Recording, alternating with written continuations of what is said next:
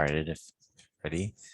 So welcome everyone. Thank you for logging on and attending this evening's program. My name is Matt Schumann. I am a programming librarian here at Cary Library. Before we begin, just a few things to note. Please let me know in the chat if there are any technical issues that I can try to resolve. If you have any questions or comments, please submit them to the Q&A button below. This program is made possible by the generous donors to the Cary Library Foundation. Tonight's talk is the Empathy Diaries, a conversation with Sherry Turkle. The book, the paperback book of the Empathy Diaries is available through Maxima Book Center here in Lexington. And this is the launch of the first paperback edition of the book. I'd like to now introduce the host of tonight's event, Maggie Pax. Maggie is a longtime resident of Lexington. She and her husband raised their children in Lexington, and she is an appreciative user of Cary Library. When she is not interviewing famous writers, Maggie is a life sciences business executive. Now, please welcome Maggie. Thanks, Matt. It's great to be here and really happy to have people joining this wonderful conversation with Sherry Turkle. I know we're looking forward to hearing all her thoughts. I'll just say a few words more about Cary Library. This is Mariah Hastings Cary on the left, and she was the woman who donated $1,000 to start in Lexington a free public library, to establish a free public library in 1868. The library that she founded is pictured on the right in its modern day embodiment. And Cary Library is the 6th busiest library in Massachusetts, so we punch way above our weight. Last year, the library hosted 259 different events and had about 20,000 people join those events either virtually or even in person. So it's a really special place with a lot going on. And tonight, we're very pleased to have Sherry Turkle with us. Sherry is the Abby Rockefeller Mausé Professor of Social Studies of Science and Technology at MIT. She's also the founding director of the MIT Initiative on Technology and Self. She has a joint degree in sociology and personality psychology from Harvard University, PhD, and she's the author of 6 books, which includes Alone Together and the Reclaiming Conversation New York Times bestseller, as well as other books that she's written, including the one we'll talk about tonight. Sherry is a very, very popular speaker. She's been a Ms. Magazine Woman of the Year. She's given a TED Talk, and she's frequently featured in the media. She is a recipient of a Guggenheim Fellowship and a Rockefeller Humanities Fellowship, and is a member of the American Academy of Arts and Sciences. And her work, much of her writing really revolves around the critical question of our relationships with technology and our relationships with each other in society as we become a culture that is increasingly intertwined with technology. Now, the book is fantastic. If you haven't had a chance to read this yet, I do want to tell you that you're in for a treat. This is a book that has won a number of awards. It was named a New York Times Book Review Editor's Choice book, as well as a New York Times Critics Best Book of 2021. It also won first place in the National Jewish Book Award in the category of memoir. So it's extremely deserving of these accolades. And when you read the book, it's almost like there's at least 3 books in one. There's the part of the story that is your childhood growing up, Sherry. And then there's a second part of the story that's about coming of age and going to college, going to France, and sort of coming into your own as a young adult. And there's also a lot of great parts that talk about your intellectual work and your professional life, your life work, really. And so these 3 chapters, in a broad sense, are really very much intertwined with each other and kind of allow us to get a picture of you and your development from childhood up into, mature intellectual leadership that you have today. So I really want to thank you for that and just welcome you tonight. So we're going to dive right in. We're going to go right away to talk about your childhood. And there are a number of wonderful photographs in the book, some of the photographs are here, and these are people who are very important to your life. And I would love to have you talk a little bit about this. You tell some really magical stories of growing up in the 1950s and living in Brooklyn, summers in Rockaway, on Long Island with your grandparents, with your mother, with your aunt. Tell us about these four people who formed kind of the center of your early life. Well, I love these photos. First of all, thank you very much for that lovely introduction. I love this book. This is the first memoir, the first personal piece of writing that I've ever done. And I really tried, as you say, to write these three books, but also to ask myself the question that I've always wanted to know of other people, which was, what was there about my personal life that motivated and compelled my work life? So the only thing that I would add to your wonderful and gracious introduction is that the motivator of the book, the question that I try to answer in the book, as I talk about these people, is what was it about the world they created for me that made me want to do the work that I do? Because the work that I do, which is talking about empathy in a technological world, is not just my job. It really is very deeply kind of my life's passion. So this was my family, and the story, I mean, very, very quickly, is that my mother, who of course is the woman who is holding me, whose arms are enveloping me on the bicycle, she was married to a man named Charles Zimmerman. And when I was very young, a year old, she left him and she went to live with her parents, Robert and Edith Bonowitz. Robert Bonowitz is the gentleman sitting in the rocking chair. Edith is standing next to the bungalow. These were Rockaway bungalows in Queens where they spent the summer. And also the beautiful woman standing on the roof in Brooklyn is my Aunt Mildred Bonowitz, their daughter, who lived with them at 51 East 17th Street in Brooklyn.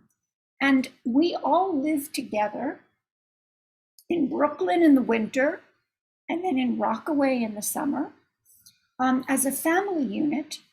And I was among the Bonowitzes. But no one was ever allowed to say my name, which was Sherry Zimmerman. And no one was ever allowed to talk about my father, that I had a father, Charles Zimmerman. The very fact of him was erased out of my life, out of any narrative of my life. I used to try, there's a chapter in the book that has a part called the memory closet, in which I find a closet of old pictures and old books, and I'm always looking for him, some trace of him. But he's never there. He's literally erased.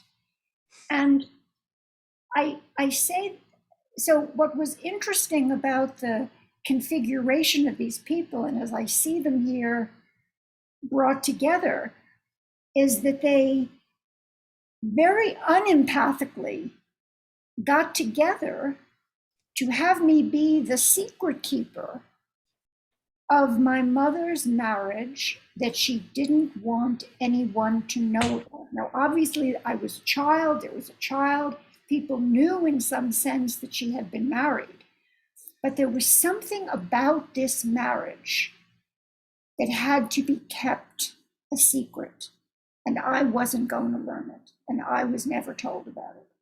And what's interesting about this picture of me and my mother is that that picture was taken on the first day that a new father joined us. My mother remarried, and that picture was taken on the first day that a new father came into the scene. His name was Milton Turkle. And I was expected to take him on as my new father and must say that my name was Sherry Turkle, but my name wasn't Sherry Turkle. My legal name was Sherry Zimmerman. And I was never allowed to say my legal name. I had to hide my legal name. What did that form in you as a child, this sense of a secret that couldn't be spoken about? Well, to get back to the question of empathy, it was that I knew that I was the keeper of a secret, the keeper of a lie. On the other hand, these people loved me. I was surrounded by love. And so I sort of became, it was the combination of lies and love that made me become the kind of Nancy Drew of my own life, the detective of my own story, to try to figure out, well, what could possibly be in their heads that would make them want me to keep this secret in this way?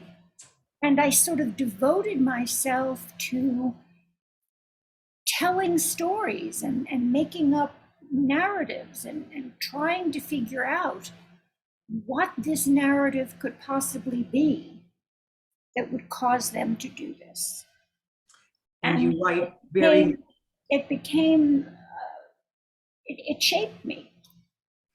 You write very movingly of getting up on the counter, opening the cupboard in your grandparents' house, looking through this memory closet, taking down photos, looking through pieces of information as a hunt, but also as, it strikes me, almost as a ritual of memory and of exploration of your identity and your background. Yes. You speak later on about evocative objects in the book, about things that hold more value than the actual physical object. What do you mean by that? Well, the objects I found in the memory closet, of course I don't have it, it was taken away from me as soon as I found it, but I found in the memory closet a photograph of a man whose head had been rubbed out. And that, of course, had to be my father. And when I looked at it, it meant so much more than the information in the photograph. I mean, it meant that he existed. It meant that I was not, kind of crazy. That his pants were tweed, that he had lace-up shoes, that, the mere fact that there was this closet, that there was this place to hunt. So I became very attached to objects. Since I couldn't have the person, I became very attached to objects that sort of would evoke the person. And I still think that, that Schwinn bike, when I come across a Schwinn bike of that era, it brings me right back to Rockaway. I think that because I didn't have the people, I became attached to the objects. And I think that for many people, we hold on to objects because they bring back the people behind them. And I've actually done studies and written books. I wrote a book called Evocative Objects, in which I asked people to talk about objects in their lives that, mean more than the objects themselves. But yeah. And we're going to learn, people who haven't read the book yet, there'll be more that people will learn about your father and your relationship with him when they read the book. We won't necessarily reveal all of those things tonight. But I think what's important to say about these people and about writing this memoir is that the key to the shaping of me was that I was in a situation where I'd had this trauma and loss, but was surrounded by this love. And so that the loss and the love gave me this space to be empathic with the people who were asking me to lie. I didn't reject them and say, oh, they're terrible, oh, they're bad, I've got to get away from them. I needed to understand why we couldn't talk about this. It gave me a whole different shape to my personality, as opposed to just anger at them. Yes. It was very Yes. particular. That's really why, part of why I wrote the book, because it was a very particular psychological configuration. You know, one of the quotes from the book is you just say that you were surrounded by 4 loving adults who made me the center of their lives.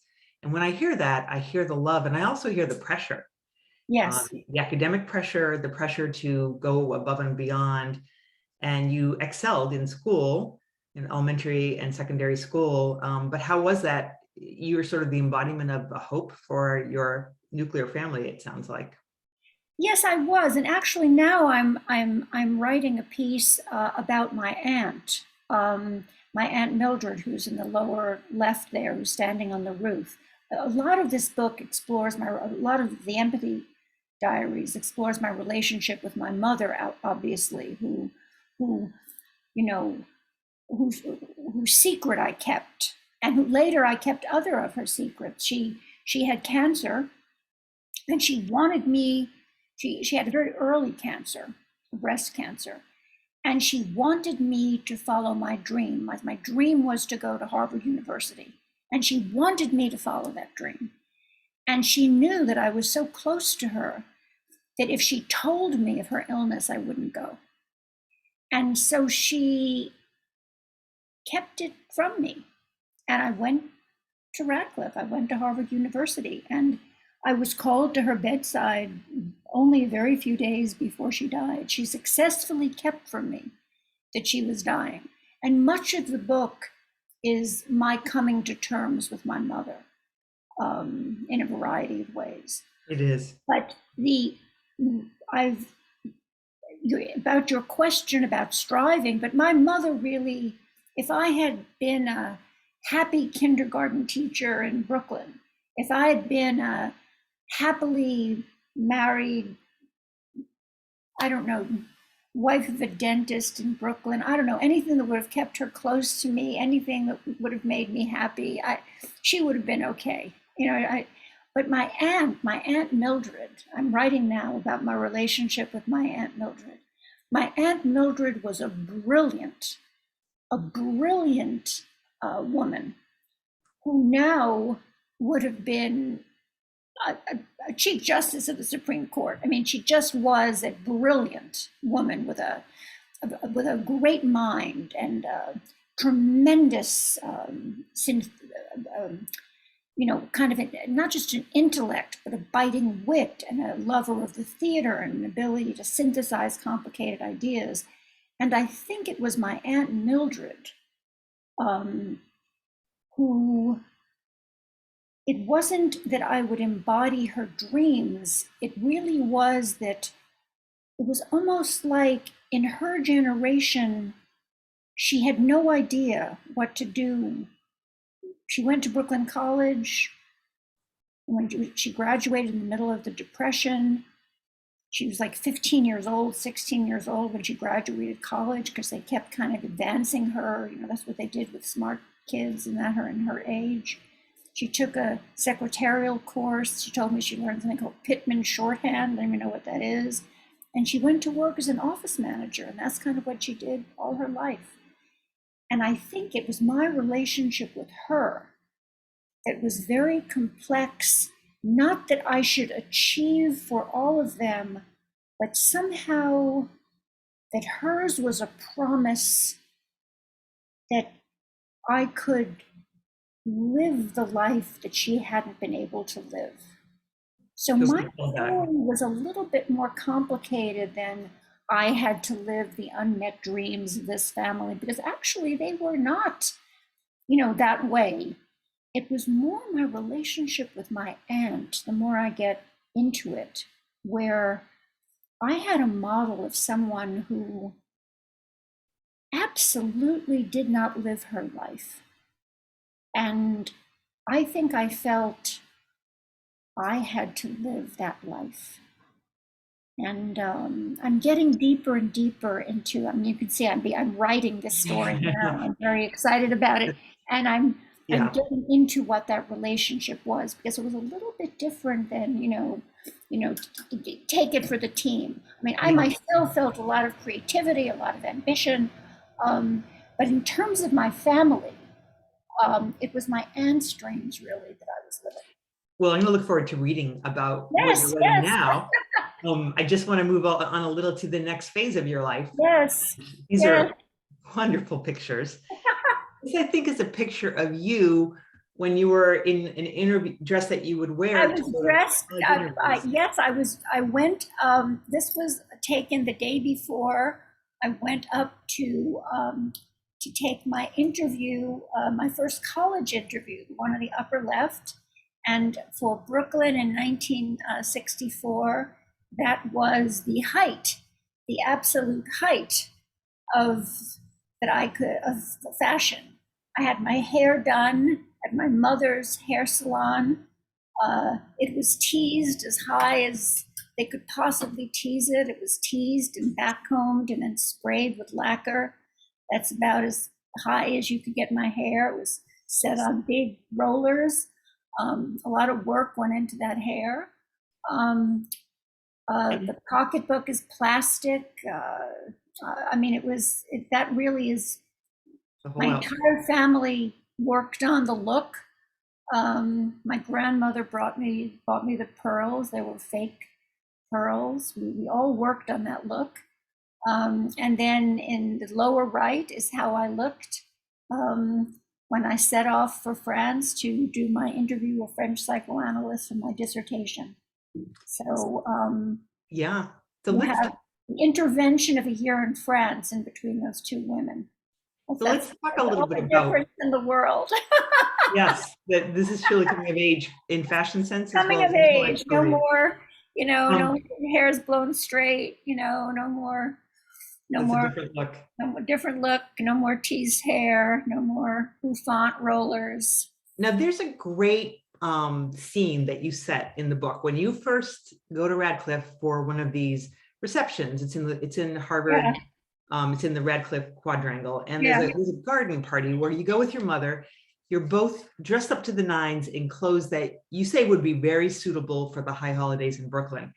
And there's a quote from that scene where you say, "We stood out in a sea of chinos, linen, and cardigans thrown over sleeveless cotton shifts." Yes. And you just I can hear you almost mentally cringing at the casual ease of the people around you and that sense of being an outsider. And I'm curious about that experience of going to Radcliffe, but also in times later, including at MIT, that sense of being an outsider coming in to a culture and finding your place in a culture that's very different from where you've come. Well, I think much of the book is about being an outsider and turning it into my job. The anthropologists have a word for it. It's called dépaysement. Decountrifying, where you purposely make yourself an outsider in order to see your culture better. And when I found that idea, Levi-Strauss wrote about it. I met that idea when I was a freshman at Radcliffe. I was in some anthropology course and I read that idea. And I remember reading when I read it, oh my God, this idea can help me because I'm already an outsider. Really, I am an outsider. There's going to be a limit to how much by being a quick study, I'm going to make myself into the relaxed, preppy, who can fit in here at Radcliffe, right? But what about if being an outsider, if I just calm down about it and say, okay, you're an outsider, but you have your qualities. I mean, I had a certain amount of respect for what I brought to the table. I think that was a very important first step, is I'm an outsider, but I bring a lot to the party, even though I'm an outsider. And maybe especially with a fresh ability to look freshly at the situation, whether it's... Yes. So I'm an outsider who brings a lot to the table because I was brought here to be smart. Because of I was brought to Harvard not because I was a preppy or a jock or went to a fancy school. I was brought because of my intelligence and my accomplishment. But in addition, you now have an idea that being an outsider gives you a kind of superpower. And what about if you can do something with that and do something constructive with that? Not to be a critic or to just pile on or to be snarky, but to really see things more clearly in a nice way and in a constructive way, because you're not part of the game. And it was kind of like, you know, I mean, it sounds like a very small insight. It's very hard to make this insight, which is now so trivial in all social science. It's very hard to make this sound like it was a tremendous, such a tremendous insight. But really, for me, at 18, it was a tremendous insight. And for example, no women were allowed to go to the library in Harvard Yard. We had to read books, weren't allowed to go to the library. We had to read books in a basement in Memorial Church. In the basement of Memorial Church, there was a tiny little reading room for Radcliffe students with a little bathroom, and maybe there was a coffee maker, I don't even remember, a place to boil water if you brought your own tea bag. Honestly, it was disgusting. And everybody just thought that that was like natural. But if you're an outsider, because it had always been that way, and all these women whose mothers had gone to Radcliffe, and whose sisters and aunts and cousins had gone to Radcliffe, it had always been that way. But I didn't have anybody who ever went to Radcliffe. I didn't know anything about this. It had always been this way. I didn't know anybody for whom it had always been this way. So I thought, well, I've made it. I'm at Harvard. Why am I reading in a basement? You know, I mean, to me, with this outsider look, I thought, well, this isn't right. You know, I could write a letter to the dean and say, I don't think it's right that I finally made it to Radcliffe that I'm reading in a basement. I mean, you know, things that, because I was an outsider, something like that just didn't seem right to me. For example, I'm just giving, you know, perhaps a trivial example, but perhaps not a trivial example. But if your mother had gone there and she had fond memories of all the friendships she had made in the basement of Memorial Church, well, maybe it seemed like the most natural thing in the world. Things like that. So then you actually did go again and put yourself in that role of outsider. You went on one of 3 very important trips to France. This first one was in 1967. Yes. What a formative time to go, right? Yes. There's so many activities going on in 1967. You went back in 1968 when you were dropping out of college after your mother's death, or taking a pause from college. So tell me, there's many parts to your work in France, but one part that's interesting is you talk about having a Sherry, who's a French Sherry, and having another identity who's not the French Sherry. And as a coming of age story, it seems like it has a lot of impact on thinking about insider outsider status and trying on new identities. So tell me about how that came to be. Yes, well, when I first went to France, I developed this idea of French Sherry on my second trip to France, which is after my mother died. I don't yet look like the very confident girl. I'm in between the girl on the terrace and the girl who's off to meet the French psychoanalyst. I'm the chrysalis in between these two people. My mother had died, and I had to drop out of Radcliffe. I really it's a time of terrible crisis for me. Didn't have any money. I go to France really to get away from a family situation that had become untenable. I lost my scholarship because my stepfather wouldn't sign a parent's confidential statement. It's a bad time. So Harvard kind of took a little while to come back and get me a scholarship. I'm working as a cleaning lady, a cleaning person, and the people who hire me call me leur Portugaise because they're Portuguese because all the people who serve in the role of cleaning person are Portuguese. So they don't even, it's like I'm so nobody that they don't even call me by my name. They call me, they're Portuguese. In the middle of this, I develop an affinity for speaking French. I mean, I have to speak French. I'm in a circle of Portuguese cleaning people, and I go to school. I sign up at Sciences Po, which is I go to school. I talk my way because of a letter I have from a very fancy professor into a finishing school at Maxime's. That's another story, but it was kind of a crazy thing. I learn how, I go to a very fancy finishing school kind of situation at Maxime's, which would make a kind of comic novel or something. I have just an extraordinary experience in Paris, which is probably where I learned to do my hair. In the middle of all of this, I discover that I'm mourning my mother. I am terrified because I really don't have any money. I mean, I'm working as a cleaning lady in exchange for a room. I don't have a kind of safety net, really. I mean, I have friends at home, but I mean, I'm on my own.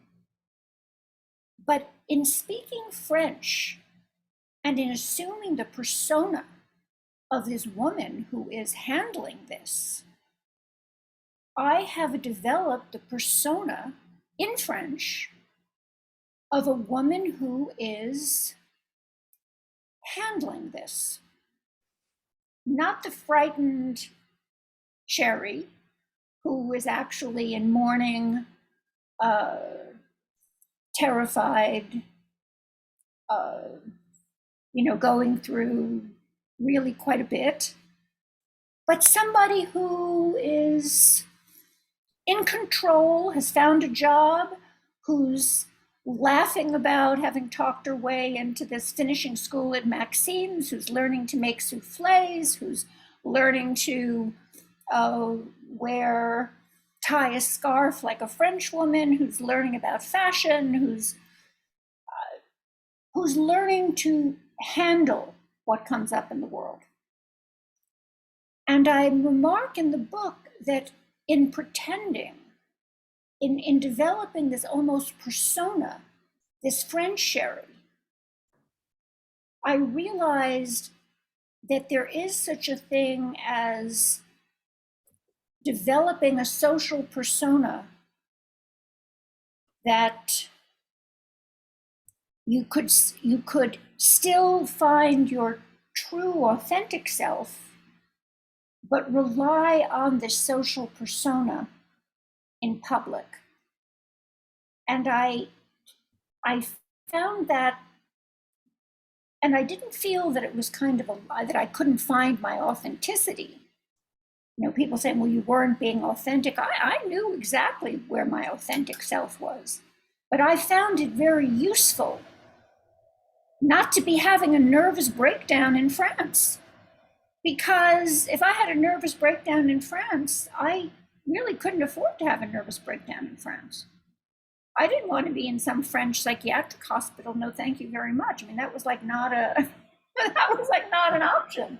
So I found this idea of that public persona that protected me very helpful when later I studied people who went online and developed personas, public personas in their online life that were different from their private personas, and who I interviewed about the difference between their online avatars and their private personas. And they knew the difference. And I called it that online life was an identity workshop for who they were privately. It wasn't as though they had lost a sense of their private self, but they were using this public online life to experiment and enhance their private self. And That's a and great that's French Sherry. That's the notion of French Sherry. French Sherry. That's a wonderful parallel to and a bridge over to your work in your later years. And so you did go to France a couple of times, and I want to come to the one of the trips, which is the one where you're wearing that safari type dress on the last page, right? You go over as a young woman to be interviewing some very big thinkers, some French Freudian analysts, and some academicians. And one of those people is Jacques Lacan, who's here in this picture with you. Yes. This is not necessarily the type of writing that he's done is slightly impenetrable for the average person. But I'm wondering, for those of us who haven't been trained in French psychoanalytic theory and social theory, can you explain a little bit about the key elements of his thought and why it gripped you so much during, I think, your third trip to France, this was, right? Well, what's wonderful about this picture is you see our ease with each other.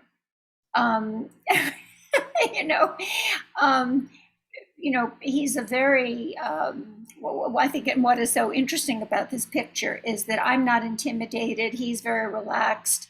It really is the picture, whereas we didn't have a romantic relationship, we didn't have a deep friendship. There's no there. I think this picture really speaks, it speaks the truth. This photograph speaks the truth, which is that these are just two people who are very comfortable with each other, and there's kind of no there. There's no big story behind this story. I told him that I wanted to write a book about why psychoanalysis had become so popular in the years after the student movement, and and his psychoanalysis, which hardly anybody understood. And he wanted me to tell his story in the United States. He felt he wasn't well enough known in the United States, and of course, part of the reason was this impenetrability. And he kind of thought that I was a good and honest broker and would tell his story in a way that was helpful to him. And so there's a hysterical scene in the Empathy Diaries where I ask him, really kind of a dumb question. I ask him to explain, something to me, and he explains really simply. And I would say that the reason would show that he was capable of explaining his ideas in a straightforward way, and he was very gracious to me, and that he wanted me to understand his ideas, and he was very gracious with me. And he, the reason I was so interested in him is that he had a fundamental insight about what was wrong with American psychoanalysis at that time, and certainly in the years after the war, which was that American psychoanalysts followed something that at that time we would have called ego psychology, which, as he described it, kind of assumed that, that it was the role of the analyst to sort of make friends with your ego, with the patient's ego, which was kind of like a little person almost, a little rational person that was beleaguered by the id and that wanted you to do more, compulsive, instinctual things, sexual things, irrational things, and was beleaguered by the superego, which wanted you to, which was, really bearing down on you and wanted you to be too good, and your parents were on you, and that the analyst and the patient could form a kind of, they used to call it a kind of a therapeutic alliance. That was the term that was used. And together could kind of get that patient on a track that was more authentic. And he made fun of this idea that in all of the richness and complexity of Freud, in all of the complications and linguistic complications, and no matter how you want to understand the many or not, whether you like or don't like Freud and what he contributed, to have somehow Americanized psychoanalysis to a point where it became a kind of almost a Horatio Alger story or a sort of buddy movie of kind of, you know, getting together with a trusted advisor and together, you know, getting a rational you that could move forward and succeed. And at that time, you know, for the years that he was coming up as a psychoanalyst, you know, American psychoanalysis was very powerful in the international psychoanalytic movement, and this way of thinking about psychoanalysis, which certainly is not, you know, predominant in American psychoanalysis today, but had been really a dominant, you know, a dominant narrative storyline in the psychoanalysis that he had been dealing with as a young analyst. He just wrote scathingly and brutally about how this was not the psychoanalysis that, you know, that needed to be put forward and protected, and that wasn't what Freud was talking about, and you needed a return to Freud to get out of biological psychoanalysis, which for him was not the main contribution. He thought Freud was really, it was about the language, to get out of a too simple story about this kind of rational connection, ego to ego. So it was his critique of ego psychology that I thought really needed to be presented to the American reader. And you did in your book, right? This is Psychoanalytic Politics, which is that is the story that I told in my book. And you know, there was lots to criticize Jacques Lacan about, and I think I gave him you know, a very, very tough time, because he had this fiction that he would disrupt the notion of what he called the master discourse in psychoanalysis, which he thought was so bad. But he refused to see that he himself was putting forth that kind of master discourse. He had a kind, you know, like all people who want to be the head of a school, he couldn't see that he was doing all the things that made him the head of a school. So I was very hard on him, but I thought he was a breath of fresh air to psychoanalysis at the time. Let me just take a break for a moment to say that we have a lot of people on the call who I think have questions. And if you do have a question, please put it in the Q&A, because we're going to spend a few more minutes talking before we go to those questions. So then the bottom photos here on the bottom right is Seymour Papert, your first husband, who's holding up a positive review of that book. Yes. Right? Kind of showing you the result of this hard work and trips to France. Basically saying you did it. Yes, and on the left is your PhD, your doctoral graduation from Harvard with your beloved grandfather. Yes. So another moment of great pride for you, and family connection for all of your family, really, except for your mother, who had already died at that point. So I want to ask you about bringing back from this life work to the idea of family by showing you a picture of someone that you love very much, your daughter and you, and just come back full circle for a moment. We are going to talk about your work more in some of the Q&A, I'm sure, but to tell us about your having your daughter and kind of what that's meant to you in terms of closing the whole loop on family. Well, I've just loved being a mom.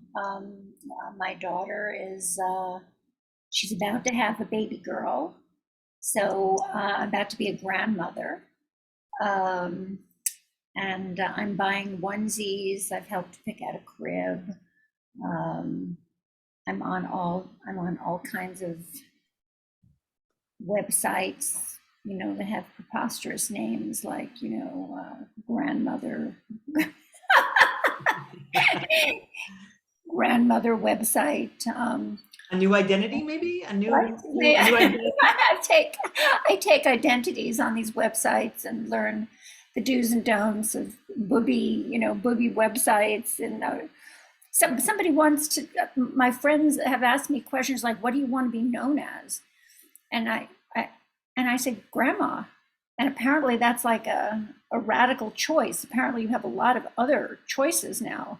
And I want to be called grandma because that's what I called my grandmother. I called her grandma. But apparently there are many, many other choices that I don't even want to know about. I don't know. I want to be called grandma. But being a mother really has been really the adventure of my life. And I think in many ways, you know, and this is something so classic for people who've had, you know, their own complex childhoods. I've loved having a life with a child where I tell her the truth. You know, I just tell her the truth. If there's a bump in the road, I tell her the truth.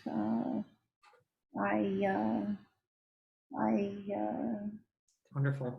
Yeah. And I think that the experience of raising a child where she knows that when I speak to her, it's going to be the truth has been very healing for me. Yeah, I think that's the most important thing to say about it. It's a wonderful picture of the two of you, and really encapsulates some of your relationship there.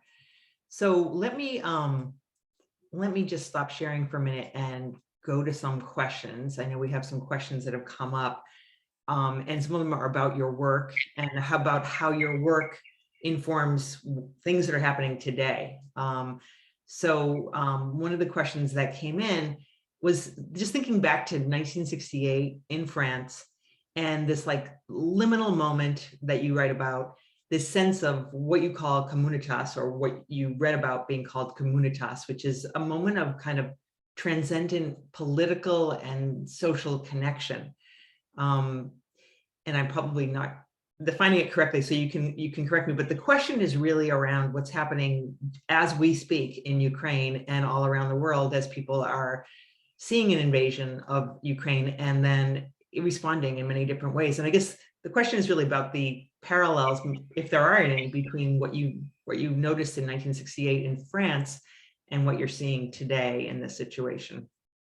Yeah, I think you put your finger on the concept that I think is very apropos. In my work I write a lot about liminal times of betwixt and between, when old rules break down and then you don't know what the new rules are. And it's Victor Turner, who was one of my great teachers, who wrote about those times as times of, he called it communitas, where communities are formed, where people feel the boundaries between them are breaking down, and people feel a new kind of solidarity that feels almost visceral. And it has to do with really being almost in this kind of transitional state, almost like it's a rite of passage, where people feel kind of as one. And, you know, in France in the 60s, and the American student movement in the 60s, people had that sense of being in a community. And then many of us who were part of that felt somehow we lost that moment. Somehow we didn't make enough of that moment. Yes, many things changed for the women's movement. Yes, many things changed in the civil rights movement. Yes, education changed. Yes, these changes. But that somehow what we had built up, look where we are again now. You know, look, you know, that somehow that again, the fight against fascism always continues. And I think that people are reminded in this moment in the Ukraine of what that felt like.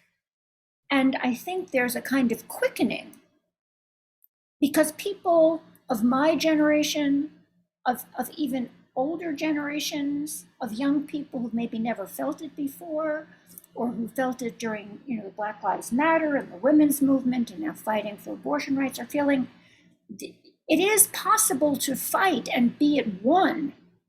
And it's what you do next that matters most. So I think that this is a time of tremendous, this kind of quickening and feeling in a community and feeling, let's not waste this moment when we feel that we can act, when we feel a sense of tragedy, but also hope. I think this is a tremendously important moment, not just because of the Ukraine, but because of what it's awakening in so many people about other fights and other moments that we perhaps have gone through together and then didn't reap what we almost sowed. So beautifully put. I mean, it does. That's how I feel. Bring all these strands together from thinking about other times when there's been a revolutionary movement or a cultural movement or a moment politically and as a group of people where you felt that change was really on the horizon. Now, another question in the Q&A really is around, many people thought COVID would also be one of those times that a pandemic would bring us together like never before, yet it doesn't seem to have worked out that way. What do you think about the situation with COVID and why it wasn't that moment? I've written extensively about this. I'm one of those people. You can go to my website, and I wrote an essay. I mean, honestly, I worked harder on that essay than anything. I mean, I can't even think of when I worked as hard on anything as this essay. It's an essay on the pandemic. It was published in Time magazine. It was super brilliant, and it was really wrong.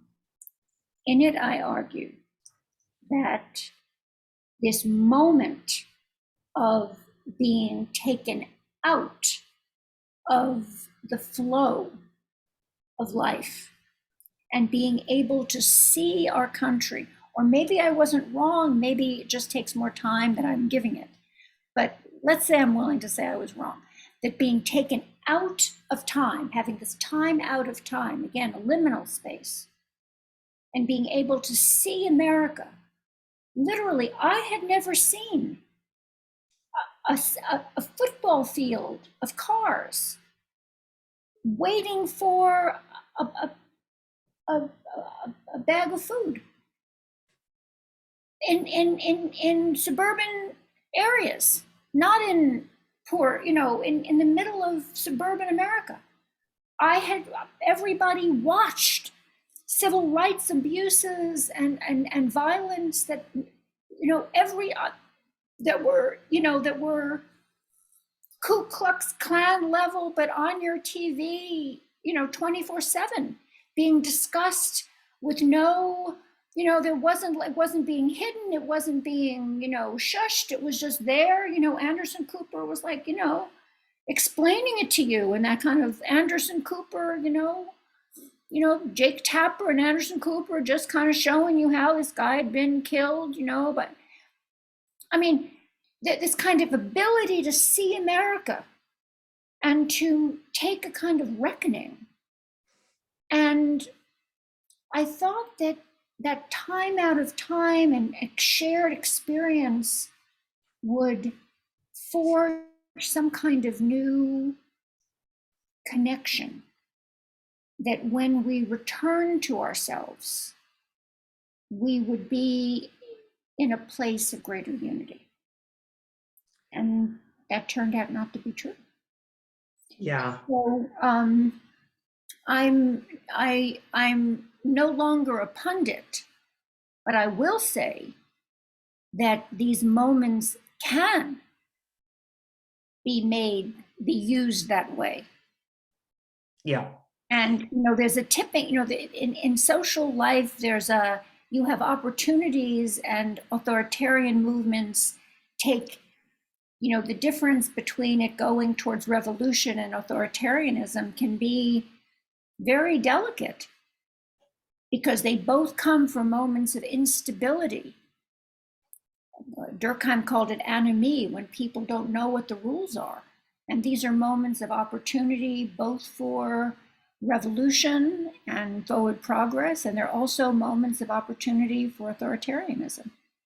And I think that what's most required is vigilance and activism and mobilization if you want to be on the side of it turning to good.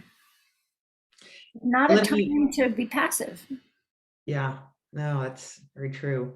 I know we're running short on time, and I've only been able to take some of the questions from Q&A, but I do want to take one more, maybe as a way of kind of wrapping up. The question is around, you write a lot about our increasing reliance on technologies, and sort of related to what we were just talking about with these moments and seeing the world in new ways.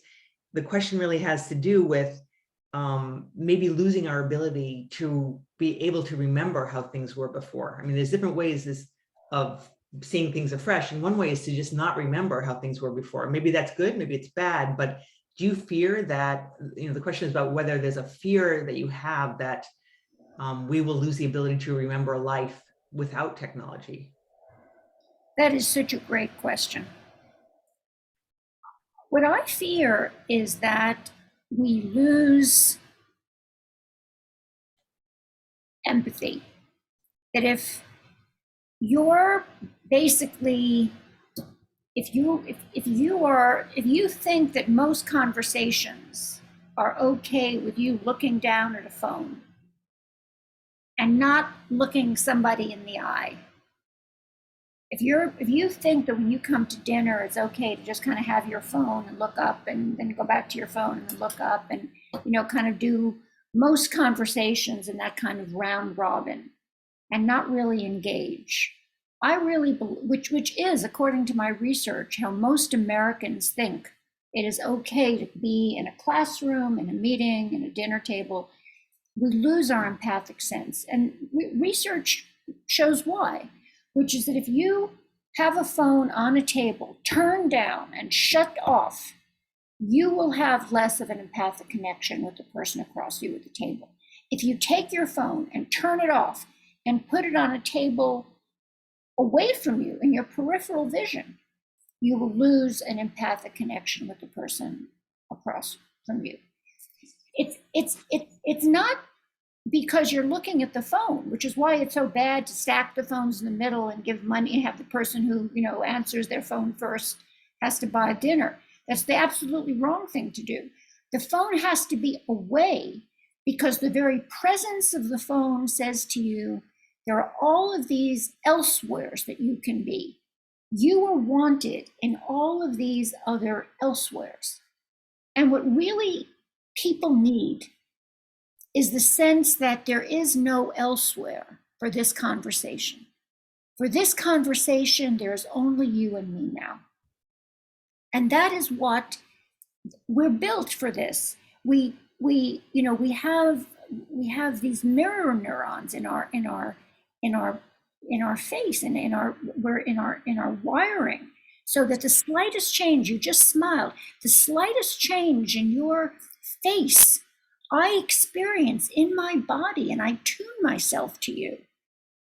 And I can only do that if we are each other's elsewhere. And if I'm also thinking about what's on my phone and what just came in and all these other things, those mirror neurons cannot do their work. And one of the saddest conversations I had was with a group of students, and they explained to me this rule of 3.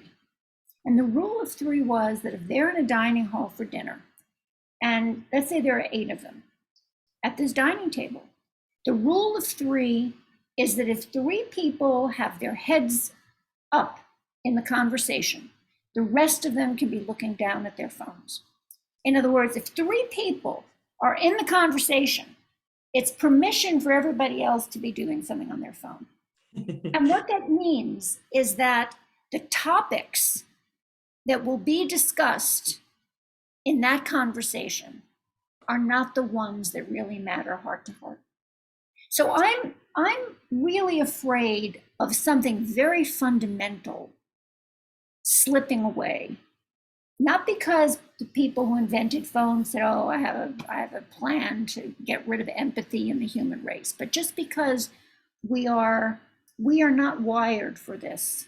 We are not wired for this. Well, I have to, on that note, I just made me laugh to see one other question. in the Q&A. So if I can get you to stay for an extra minute, even though we're over time.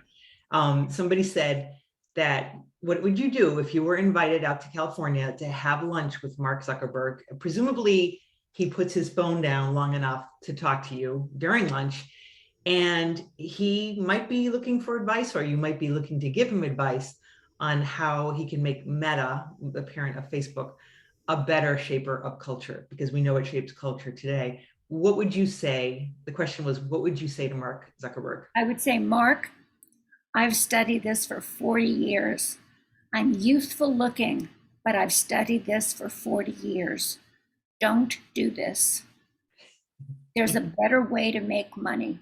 If we were having this conversation and we didn't have even our faces here, but I just sent my avatar and you sent your avatar, that would be so much worse on every human dimension.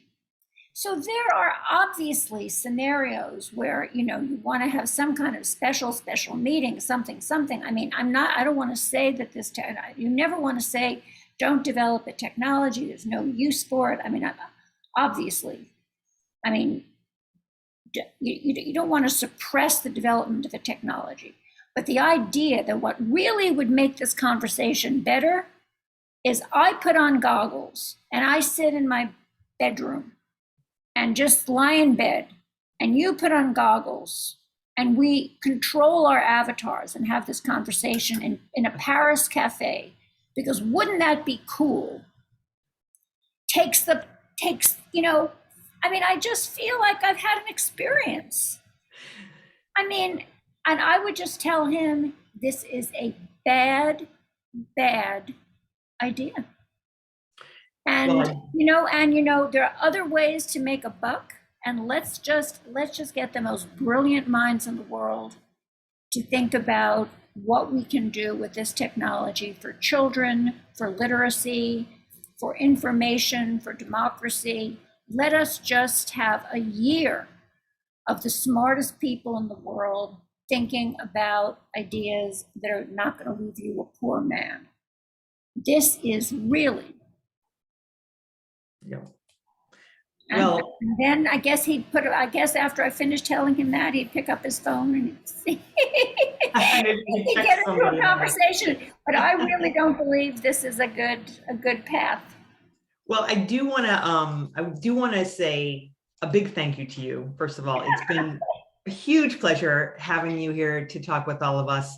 And I want to just make a plug again for buying your book, because it's just a great book. It's, the first day paperback sales now available for the first time today. So it's very exciting. I know we could keep talking all night long, but I just want to thank you for coming out tonight and having this conversation with me and with the people who are asking questions who you can't see right now.